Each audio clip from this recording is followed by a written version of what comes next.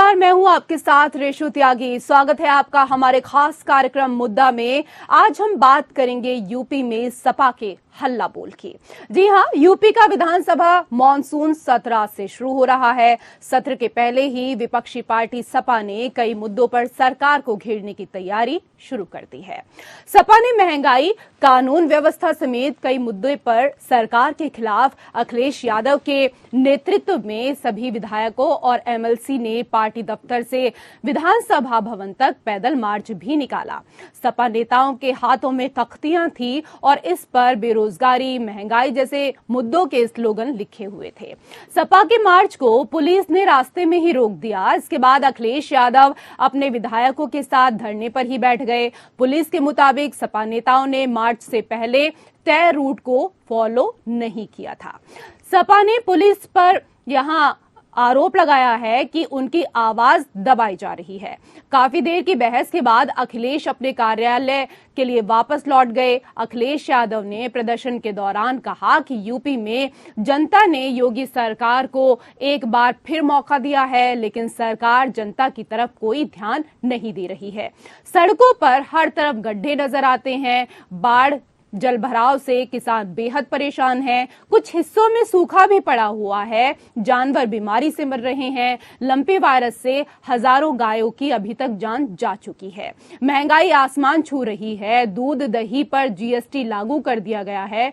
वहीं सपा के पैदल मार्च के शुरू होते ही जुबानी जंग भी छिड़ गई। यूपी के उप मुख्यमंत्री केशव प्रसाद मौर्य ने कहा कि समाजवादी पार्टी जिसे मार्च का नाम देकर विरोध प्रदर्शन कर रही है, वो जनता के हितों से दरअसल जुड़ा हुआ ही नहीं है। और अगर उन्हें जनता से जुड़े किसी भी मुद्दे पर चर्चा करनी है तो सदन में करनी चाहिए, जो कार्यवाही का हिस्सा भी बन सके, और सरकार इस पर चर्चा के लिए तैयार है। वहीं इस पर प्रतिक्रिया देते हुए सीएम योगी आदित्यनाथ ने कहा कि सपा से नियमों के पालन की कोई उम्मीद करना बेईमानी होगा, ये कल्पना है। यहाँ पर आंदोलन के लिए उन्हें नियमानुसार अनुमति मांगनी चाहिए थी। उन्होंने कहा किसी भी दल और नेता को लोकतांत्रिक तरीके से अपनी बात रखने में कोई बुराई नहीं है। हर व्यक्ति को अधिकार है। नियमानुसार उन्होंने कोई अनुमति मांगी होती तो पुलिस उन्हें सुरक्षित और सही मार्ग अवश्य देती। ये जिम्मेदारी नेता और संगठन का दायित्व बनाता है कि वो अपने किसी भी आंदोलन के लिए नियम के अनुसार अनुमति मांगे। इसके साथ ही वो सुनिश्चित करें कि बिना लोगों को समस्या पहुंचाए अपने काम को पूरा करें। उन्होंने कहा कि मुझे लगता है कि समाजवादी पार्टी से ये उम्मीद करना कि वो किसी नियम या किसी शिष्टाचार को माने, ये केवल एक कल्पना ही कही जा सकती है।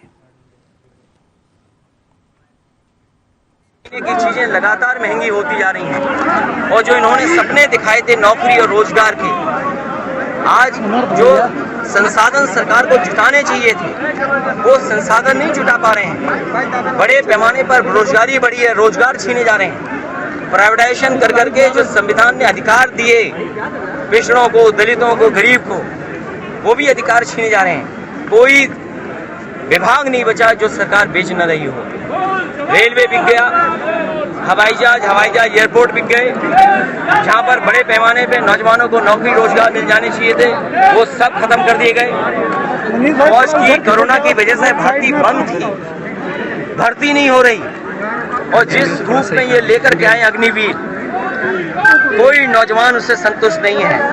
किसी भी दल को और किसी भी व्यक्ति को लोकतांत्रिक तरीके से अपनी बात रखने में कहीं कोई बुराई नहीं है। हर एक व्यक्ति को है। नियमानुसार अगर उन्होंने कोई परमिशन मांगी होगी तो पुलिस उन्हें सुरक्षित और सही मार्ग अवश्य देगी, परमिशन भी देगी, इसमें कोई संदेह नहीं। लेकिन ये दायित्व संबंधित और जिम्मेदार नागरिकों या जिम्मेदार संगठन और राजनीतिक दलों का एक नैतिक दायित्व तभी बनता है कि अपने किसी भी आंदोलन के लिए या किसी भी प्रोसेसन के लिए उनको नियमानुसार परमिशन मांगनी चाहिए और बिना पब्लिक व्यवस्था को, लोक व्यवस्थाओं को भंग किए उस कार्यक्रम को निर्विघ्न संपन्न करने की व्यवस्था देने का दायित्व प्रशासन का है। चलिए, तो इस विषय पर चर्चा करने के लिए दो खास मेहमान हमारे साथ इस वक्त जुड़े हुए हैं। हमारे साथ बीजेपी से कैप्टन आई सिंह, जो कि बीजेपी के प्रवक्ता हैं, वो जुड़े हुए हैं। इसके साथ ही सपा से प्रोफेसर भुवन भास्कर जोशी भी हमारे साथ जुड़े हुए हैं। कैप्टन आई सिंह जी, सबसे पहला सवाल आपसे। यहाँ पर मानसून सत्र आज से शुरू हो गया है और ऐसे में सपा का यहाँ पर आरोप है कि आपने उनको रास्ता ही नहीं दिया और पुलिस आवाज दबाने की कोशिश कर रही है सपा की। आपने देखा होगा कि सदन शुरू हो रहा है, तो सदन जो आपको रोड पे निकल के कहना है तो आप सदन में भी कह सकते हैं। अखिलेश जी पूर्व सीएम रह चुके, इस बात को तो समझते हैं। कोई नौसिखिया नेता तो है नहीं। एक बार सीएम भी रह लिए, 2 बार सांसद भी रह लिए, तो एक बुद्धिजीवी नेता होना चाहिए। मगर मुझे नहीं लगता कि अखिलेश यादव में कोई समझदारी है। जिस तरह से बोलो, जब कानून व्यवस्था उनको जगह नहीं दे रही है और वो जहां देना चाह रही है, आप तरीका से काम करिए ना। आप जो संवैधानिक तरीका होते हैं उससे आप चर्चा करिए, उससे बात करिए, उससे आप मार्च भी निकालिए। कौन मार्च को मना करता है? मगर नहीं, ये बिल्कुल सत्यता है कि समाजवादी पार्टी से नैतिकता की, संवैधानिक तरीका की उम्मीद की नहीं जा सकती, क्योंकि इनके यहाँ इसकी वो मायना नहीं रखते हैं। नहीं तो अखिलेश खुद जो एक भूतपूर्व मुख्यमंत्री है, उन्हें जो बात रोड पे कहना चाहिए वो सदन में आप चर्चा करिए, वहां बात रखिए। बिल्कुल वहां आपकी बात सब सुनेंगे, मगर इन्हें उससे कोई लेना देना नहीं है। ना इनका मुद्दा महंगाई है, ना कुछ है। इनको तो सिर्फ बस शोर शराबा करना है, लोगों को परेशान कर रहा है, रोडें जाम करके लोगों को जो है ना ये दिक्कतें पहुंचाना है। तो इनका कोई महंगाई और रोजगार और आम जनता के मुद्दों से कोई लेना देना नहीं है। ये सिर्फ बेवकूफ बनाना चाहते हैं आम जनता को कि देखो हम कुछ कर रहे हैं। आप कुछ भी नहीं कर रहे। अगर कर रहे होते तो आप समाजवादी पार्टी को मैं कहना चाहता हूं, आप विपक्ष की पार्टी हो, बड़ी पार्टी हो, आपको सदन में बैठ के चर्चा करना चाहिए। विधानसभा चालू होने वाली है और आप उसमें बैठे और पूरी चर्चा करें, अपने मुद्दे रखें। आप बिल्कुल अच्छी बात है, मैं भी कहता हूं कि विपक्ष को बिल्कुल मुद्दे रखना चाहिए। अगर सरकार जिन मुद्दों पर ध्यान नहीं दे पा रही है, विपक्ष का काम होता है। बिल्कुल, कई सवाल यहाँ पर उठाए हैं इस दौरान अखिलेश यादव ने, और उन्होंने कहा है कि यूपी में जनता ने योगी सरकार को एक बार फिर से मौका दिया है, लेकिन सरकार जनता की तरफ कोई ध्यान ही नहीं दे रही है। सड़कों पर हर तरफ बड़े बड़े गड्ढे नजर आते हैं, बाढ़ आ गई है, जल भराव इतना हुआ है, किसान बेहाल हैं, कई जगह सूखा पड़ा हुआ है और जानवर जो हैं, खासतौर पर लंपी वायरस की भी उन्होंने बात की कि हजारों गायें जो हैं उनकी जान चली गई है। क्या कर रही है आपकी सरकार? बिल्कुल, आपने देखा होगा कि जो लंपी वायरस है वो कोई उत्तर प्रदेश में नहीं है, पूरे देश में हुआ है। और राजस्थान में तो इसकी इतनी बुरी हालत है कि वहाँ हजारों गाय एक दिन में मर रही है, मगर उत्तर प्रदेश में फिर भी कंट्रोल में है। उत्तर प्रदेश में ये इतनी भयानक। चलिए, मैं इसका जवाब आपसे लूंगी। भास्कर जी भी हमारे साथ जुड़ गए हैं। भास्कर जी, बहुत बहुत बधाई हो, आपके नेता अखिलेश भैया जाग गए हैं। क्या इंतजार कर रहे थे कि गर्मी चली जाए, थोड़ा मानसून का मौसम आ जाए, उसके बाद बाहर निकलेंगे, फिर प्रदर्शन करेंगे, फिर हल्ला बोलेंगे?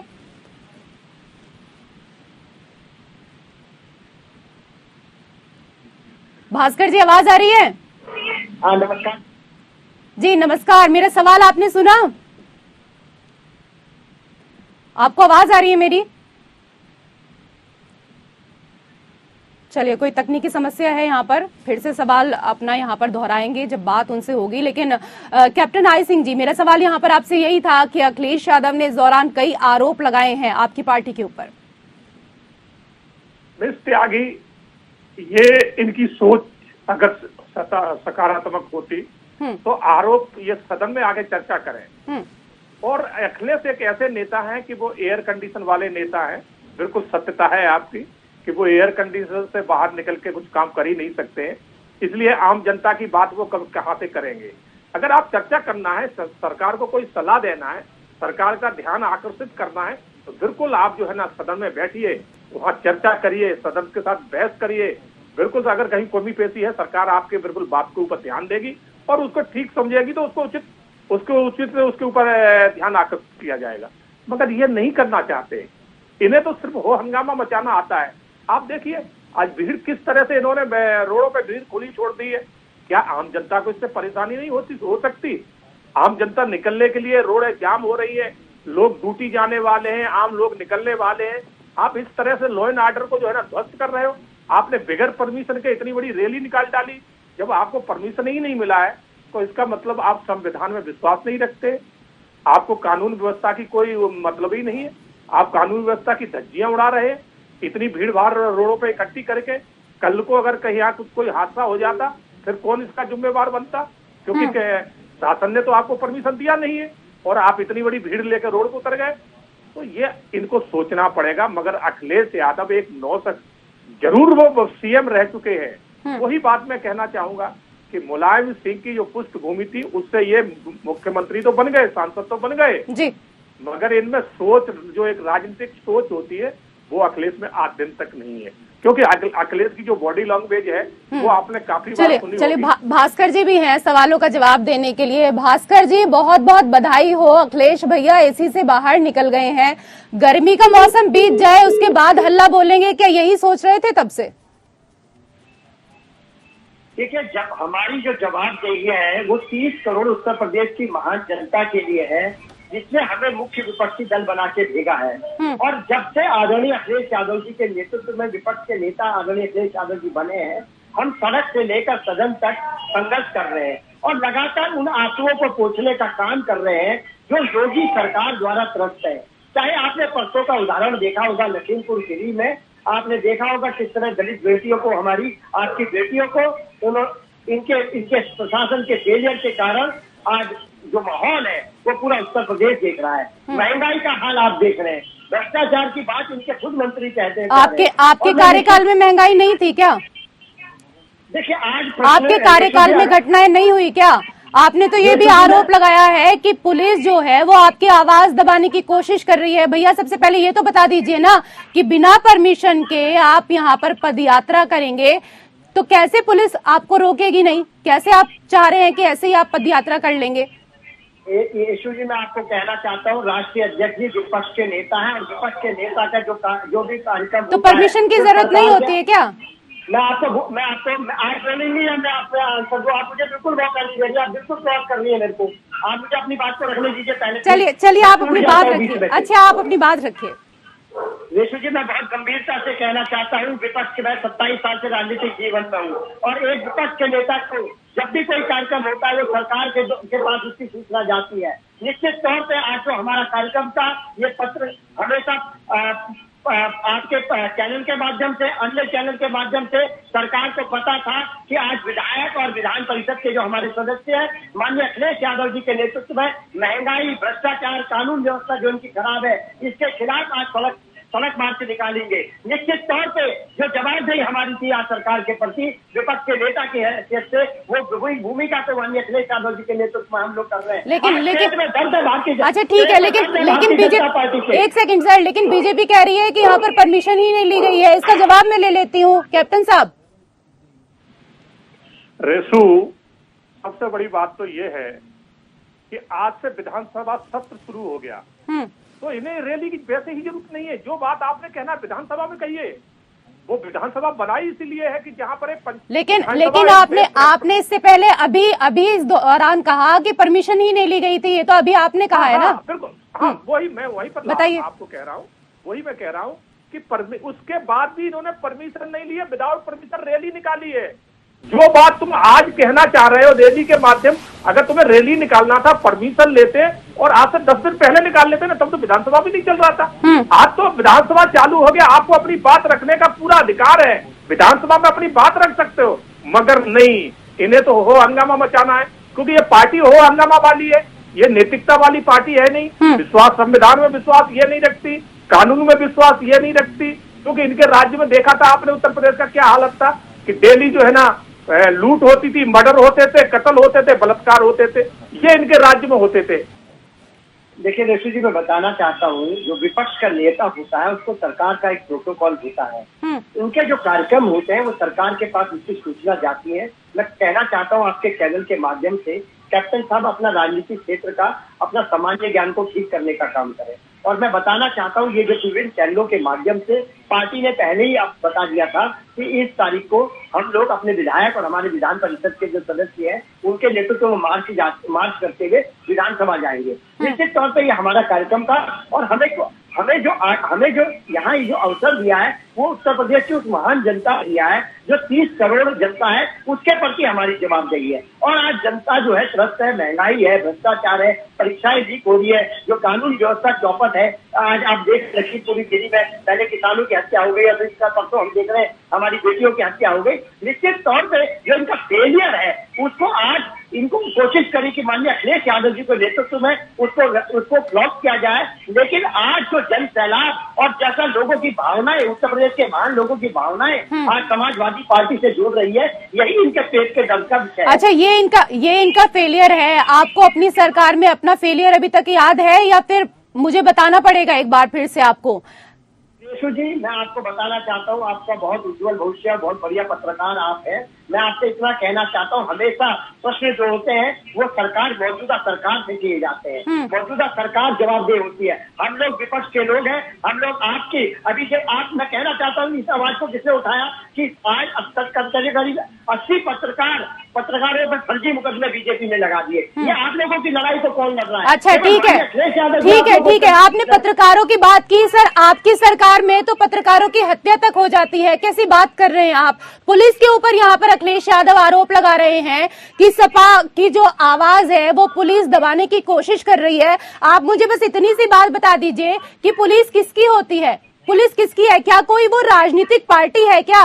वो कोई राजनीतिक पार्टी नहीं है, वो तो हम सबकी सेवा में लगी हुई है। वो आप ये बताइए ना, पुलिस के ऊपर कैसे एलिगेशन आप लगा सकते हैं? पुलिस जो है, जो जिसकी सरकार होती है उसके दबाव में काम कर रही है। निश्चित तौर पे जो माननीय अखिलेश यादव जी लड़ रहे हैं, लड़ाई को लड़ रहे हैं, वो 30 करोड़ उत्तर प्रदेश की महान जनता और हम जैसे लोग जो सामान्य परिवार के लोग हैं, उनकी लड़ाई, महंगाई, भ्रष्टाचार और जो बेटियों के साथ आप भी बेटी है, मेरी भी बेटी है, और उनके लड़ाई को लड़ने का काम अखिलेश यादव जी कर रहे हैं। और आज जरूरत है मीडिया को भी और हमारे सभी साथियों को कि जम के जो ये सरकार है जो नफरत की राजनीति करती है, इस सरकार के खिलाफ एक होने की जरूरत है। और निश्चित तौर पर अखिलेश यादव जी इस कैप्टन राज सिंह नफरत की राजनीति कर रहे हैं आप, आरोप है आपके ऊपर। रेशु जी, हमारे नेता का नारा है सबका साथ, सबका विकास और सबका विश्वास, तो हम तो उसी पे कर रहे हैं। और पूरा उत्तर प्रदेश हमसे आज खुश है, एक नहीं पूरा उत्तर प्रदेश। अगर ना खुश है तो सिर्फ एक समाजवादी पार्टी है। और ये नैतिकता की बात कर रहे थे, तो इन्हें थोड़ा नैतिकता खुद सीखना चाहिए, अपने नेता को सिखाना चाहिए, जिसका ये डिबेट में कम से कम गिन के 100 बार नाम लेते हैं। क्योंकि मैं समझ गया इनकी राजनीति यही है कि सिर्फ नेता का नाम लेके हम चमचागिरी करते रहें। मैं डिबेट करता हूं, कभी अपने नेता का नाम नहीं लेता हूं। ये माननीय अखिलेश जी, माननीय अखिलेश जी, माननीय अखिलेश जी, इसके अलावा इनके पास शब्द नहीं होते हैं। और इनके अखिलेश जी कितने नैतिकता है उनके अंदर कि जब वो मंचों से तू ता की भाषा बोलते हैं तो ऐसे लगता है कोई एक अच्छा नेता नहीं है। मुझे तो लगता है कि सर ये भी तो है ना कि आपके पास तो कई नेता है, उनके पास ही तो एक ही मुख्य नेता है ना, ये भी हो सकता है। नहीं तो इनके पास भी थे, नेता थे, मगर ये अपने नेता को, अपने चचा को नहीं रख पाए। उनको धक्का मार के बाहर निकाल दिया, जिसने समाजवादी को खड़ा करने में अहम रोल निभाया। आप ये देखिए, इस पार्टी को खड़ा करने में शिवपाल और मुलायम सिंह का बहुत बड़ा योगदान था। उनको ही इन्होंने धक्के मार के बाहर भेज दिया। तो अंदाजा यहीं से लगाया जा सकता है कि अखिलेश कितने बड़े नेता हैं और कितने बड़े बुद्धिजीवी हैं। बिल्कुल भास्कर जी आरोप है कि आप तो परिवार को ही नहीं संभाल पाए, सपा का तो कुनबा ही यहाँ पर बिखरा हुआ है, क्या एकजुटता होगी? भारतीय जनता पार्टी के प्रवक्ता सुन लीजिए ना, अब सुन लीजिए, आराम से सुन लीजिए। पहले तो मैं भारतीय जनता पार्टी के प्रवक्ता साथी को जवाब देना चाहता हूँ। आज जो इन कैप्टन साहब के पेट में जो मरोड़ है उसको मैं मरोड़ हमारे में नहीं, मरोड़ आपके में है, आपके में मरोड़ है। आप लोग खुशियाँ बनाइए, मिठाई बांटिए कि आज आपका नेता एमपी से बाहर निकला है, आज मिठाइयाँ बांटिए, ढोल बजाइए कि आज आपका नेता एमपी से बाहर निकल के आ गया। एसी से बाहर निकला नेता, एसी वाला नेता है, एसी वाला नेता एसी से बाहर नहीं निकलता। आप लोग बस चाटू काटा करते रहो, उसका नाम लेते रहो, इससे ज्यादा आप लोगों की भी वहाँ कोई तवज्जो नहीं है, आप लोगों की वहाँ कोई तवज्जो नहीं है। बस सब चाटू काटा में लगे रहो, माननीय अखिलेश जी, इससे ज्यादा और आपकी वहाँ कोई वो नहीं है। हम कहना चाहते हैं, हमें ये दर्द अच्छा लगता है जब आपको ऐसा दर्द होता है, जब माननीय अखिलेश यादव जी जनता के लिए संघर्ष अरे माननीय अखिलेश जी को हमें मालूम है कितने माननीय अखिलेश जी है। अखिलेश जी को सदन में बोलना नहीं आता है, बोलना नहीं आता अखिलेश जी को, हमें बोलने वाले मुख्यमंत्री को चिंता की भाषा से जो है ना संबोधित करते हैं, तो नैतिकता उनकी मालूम है, नैतिकता मालूम है कि अखिलेश के अंदर कितनी बड़ी नैतिकता है। ध्यान होगा कि प्रसाद मोदी के साथ उन्होंने बदतमीजी करी थी तो योगी जी ने फटकारा था, पूरी तरह से फटकार लगाई थी कि सदन में बैठना सीखी है, सदन में बैठना सीखी है, योगी जी ने कहा था। अरे सर सदन तो छोड़िए, कैप्टन साहब, भास्कर जी सदन तो छोड़िए, सदन तो छोड़िए, आपको तो डिबेट में बैठना नहीं आता है। दर्शक आपको सुन रहे हैं, पता ही नहीं है कि आप क्या कह रहे हैं, पता ही नहीं है। कम से कम एक एक करके बात तो रखिए, जनता सुन तो पाए। जनता बीच में आप बोले तो नहीं बोला, मैं तो बीच में कूदे। चलिए समय हमारे पास कम है, मैं एक काम करती हूँ, डिबेट तो मुझे वाइंड अप यहाँ पर करनी है क्योंकि समय कम है। एक दूसरे का नंबर आपको दे देती हूँ, आप खूब लड़िएगा। बहुत बहुत शुक्रिया चर्चा में हमारे साथ जुड़ने के लिए। और इसी के साथ हमारे खास कार्यक्रम में फिलहाल इतना ही। नमस्कार।